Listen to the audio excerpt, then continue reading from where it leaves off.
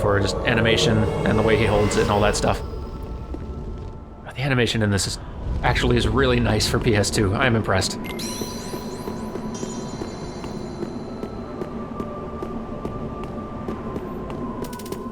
So this whole tutorial, not really even a tutorial, this whole just intro section where you're just in abstract, dark space, standing on gorgeous murals of Disney characters that I just want these on my wall.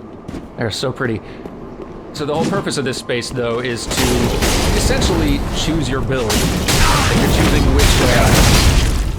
which aspects you're wanting to focus on, be that like your strength or your defense or your magic, which one you're wanting to, like I'm gonna sacrifice some of my magic ability here. Which, it's interesting having that be like a 3D space that you navigate around and making that sort of an in-world choice rather than an in-game choice, strictly. That's strictly a system choice. And it is creative, but some of the things they do with it later on, like one particular thing that they do a little bit later in this is they're going to send me to sort of a version of the Destiny Islands, and they're going to have me interact with Tidus and Wakka and Selphie and answer some random multiple choice questions, which are somehow going to determine the way my stats increase with levels throughout the entire rest of the game, and it's incredibly opaque. Like, unless you know that's what you're choosing, the game doesn't provide any hint that that's what you're actually doing. And it can have a pretty big effect on your experience of the game. Like, that's a weird thing to choose abstractly through multiple choice questions about, like, what your desires are and, like, what you care about most.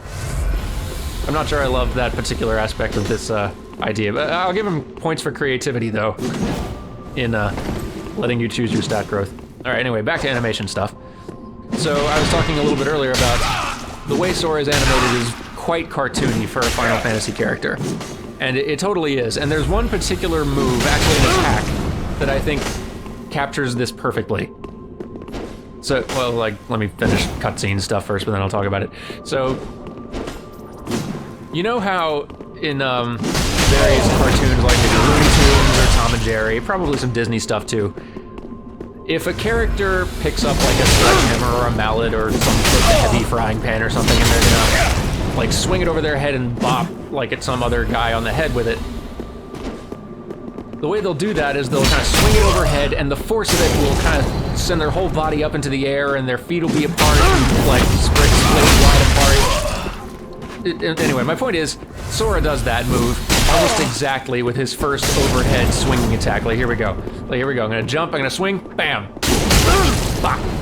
Bopping characters on the head. He's got his feet splayed out way to the side. He's bringing that thing right down overhead. It's totally that sort of cartoon pose. It's practically a reference to cartooniness itself. And I love that, because I think that that shows the intent of the animators here.